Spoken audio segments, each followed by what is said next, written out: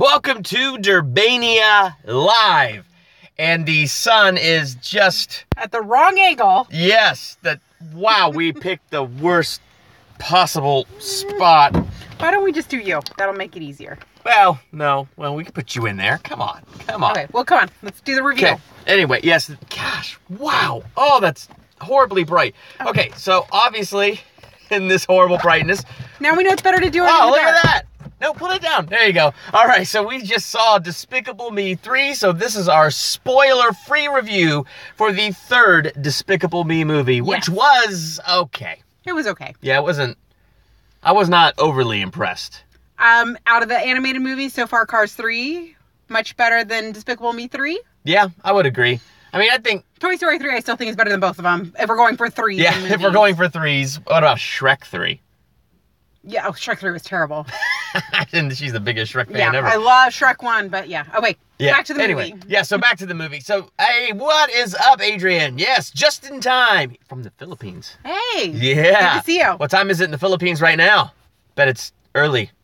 Maybe. I don't know. Anyway, so Despicable Me 3. I don't even know where to start. I mean...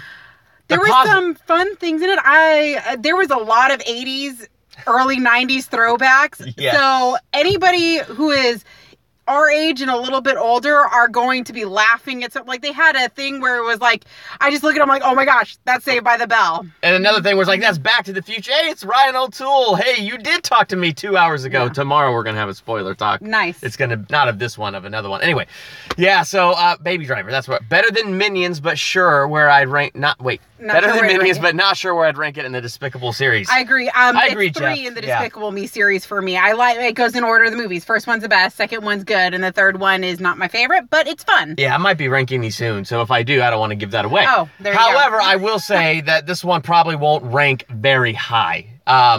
It's only 11 a.m. in the Philippines. Oh my goodness. Hasn't gone to bed yet. Oh, wow. Wow. Hopefully you get some rest then this day. Yes. Well, see, the funny thing is, I like the 80s jokes because, we're children of the 80s. But I felt like we were the few people laughing and some of the parents. Yeah. Kids over their head. Probably. But they enjoyed the typical jokes. I don't think the kids will get some of the jokes that were borderline dirty. Yes. But, they were there. They were present. And the adults will get them. But, Trey Parker. Trey Parker is the bad guy in this. And I wanted to bring up Trey Parker because if you watch South Park on any level, you will recognize almost every single voice that this guy does. Yeah. I mean, first off, when he's just doing the normal grown-up villain, it sounds a lot like Stan's dad from South Park. Yes. And then when he, they do flashbacks and things. Cartman. Yeah, when he's a kid, and his voice, it's totally Cartman. Like, you can tell he's trying not to pull off Cartman, but it's Cartman. Yeah. And totally. so if you've seen South Park at all whatsoever, you won't be able to get that out of your head. Now, I'm not saying that's a negative, because it didn't really detract from me. It was interesting, but yeah, it was like, it's Trey Parker. Banana Cody Leach. But yeah, it's no, there wasn't very many banana jokes. The Minions were not as present as they have been in other movies. Yeah. Which wasn't bad, because the story, you see it in the trailers, it's about the brothers. Yes. All right. Positives. I did like the brothers' humor together. Yes. And I liked when the brothers were joking, like doing boy twin jokes, and like the kids and the wife were just staring at them like, and they're like rolling on the ground laughing in the movie. That was one scene that I had me busting up. I'm like, that's pretty awesome. I'm like, that's good. Yeah. Well, it was fun. It was a fun movie. There was just a lot of storylines going on. I mean, you had Gru and Drew wanting to be a villain and wanting to learn from Gru. So you had that storyline going. You had Lucy wanting to be a good mom and really connect with the kids. And so her little storyline of trying to connect with the kids. You had the storyline of Agnes wanting a unicorn, but that's in every movie. And her quest to get a unicorn. And then there was another story, give me a second, I'll remember. Oh, the Minions and them quitting and... Yeah, because Drew was good and they served the villain. Gru was good and they wanted to serve the villain, so...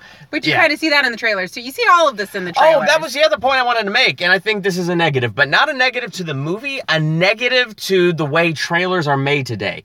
The entire first third of this movie I already saw going in.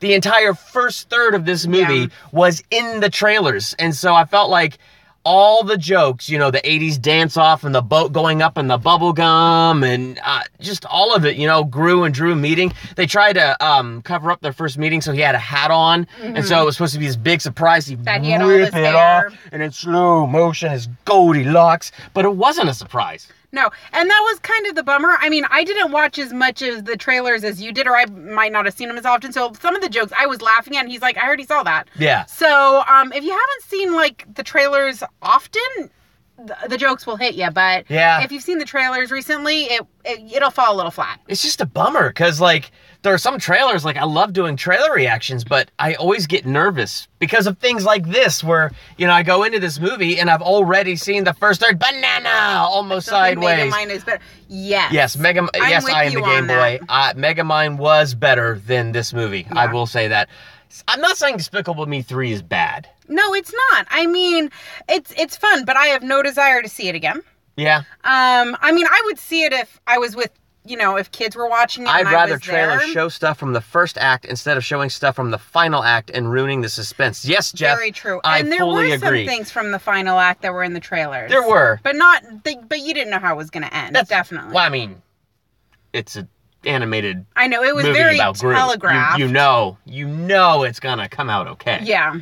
Yeah, but I don't know. I think that's my biggest disappointment, though, is just the way these trailers are cut. I mean, seriously, the whole beginning of this movie to about the middle was in the trailers.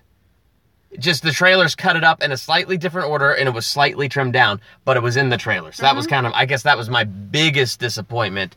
I think that the trailers nowadays should include a spoiler warning. Yes, Spider-Man Homecoming trailer shows too much. Yeah, some of those actually have. I really hope that Spider-Man Homecoming doesn't show too much. I do too. I agree that it feels like it has, so I'm hoping that I'm going to be pleasantly surprised in the movies like we have been with other Marvel movies. And I liked what I saw in the Spider-Man Homecoming trailers, but this goes back to my point of what I'm talking about with Despicable Me 3. Yeah, exactly. Too much. That there was just, like, I mean, I get it. It's a kid's movie, so I guess they're less worried about that, but that just feels like it's a common trailer thing. So, I mean, that was my biggest negative going in, because it made a lot of the movie fall flat for me because I'd already seen it.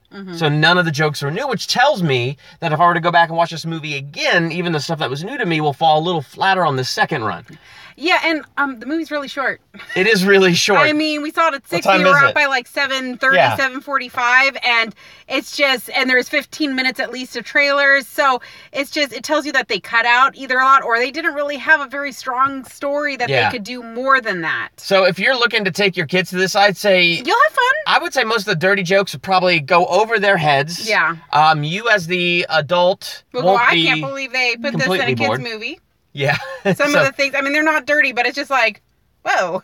Yeah, there were a few moments where I was like, wow, that's fascinating. But yeah. And if you watch South Park at all, Cars 3. Yeah, Cars 3 Definitely. Almost Sideways. We picked Cars 3 over Despicable Me 3. Yeah. But I picked Toy Story 3 over all of those, though, too. Yeah. So, that's true. Toy Story 3, Cars 3, then Despicable Me 3. There it is. There we have it. I really, honestly...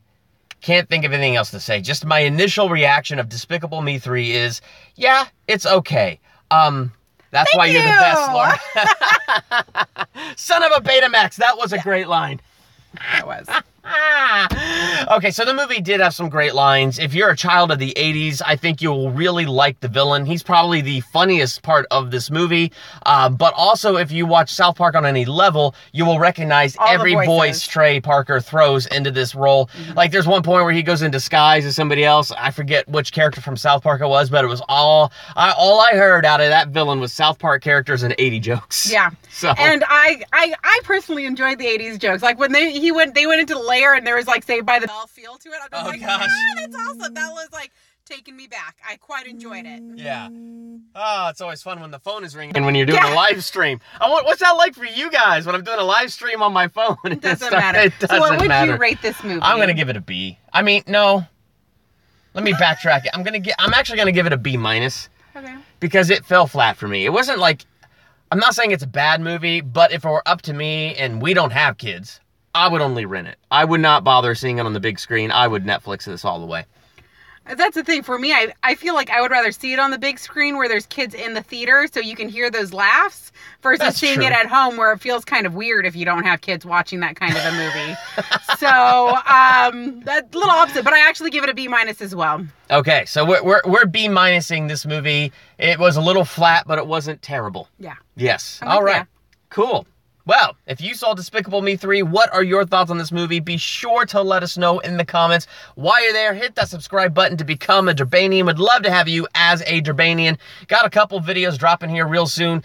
Tomorrow, I'm aiming to drop my spoiler talk with Ryan O'Toole for Baby Driver. For Baby Driver. Saturday, aiming to drop my theological analysis of The Amazing Spider-Man 2. Getting very pumped for Spider-Man Homecoming. Next week might be a little slower with videos because all of our family is coming out to visit, and I'm going to be playing with my nieces and my nephews and hanging out with all. Yes, it's going to. So, I'm making him put a pause on it. So if there's a little less videos next week, that's why. Stick around because a ton more are on their way, including a theological analysis of Planet of the Apes, or Rise of the Planet of the Apes and Dawn of the Planet of the Apes to get ready for the next one. So. Yes, because that's coming out in 2 weeks. So, man, I'm excited. July's going to be a good month of movies, too. It is! Spider-Man, Planet of the Apes, family visiting. Sheesh, good luck, man. Thanks, I am the Game Boy. We don't have kids, and having 5 little kids running around is a lot sometimes. That's when you realize your house is not kid-proof. Yeah. That's okay. That's what their adults are for. All right. Hey, thank you, man. Thank you for rooting for this theological analysis. It's coming out good. I heard it already. I heard where he's going with it. You're going to enjoy it. It's going to be a good one. All right. Anyway, well, thank you guys so much. We're going to get out of here, grab some dinner, turn on the car, and get some air conditioner blowing here. Get away from this sun that's blaring right in our face. It's better now. So. It is because it's setting rapidly. Anyway. Have a great time, guys. Thanks for watching. Yep. Have a good one. Wait, did I hit it? I didn't hit it. I didn't hit it. Should say thanks for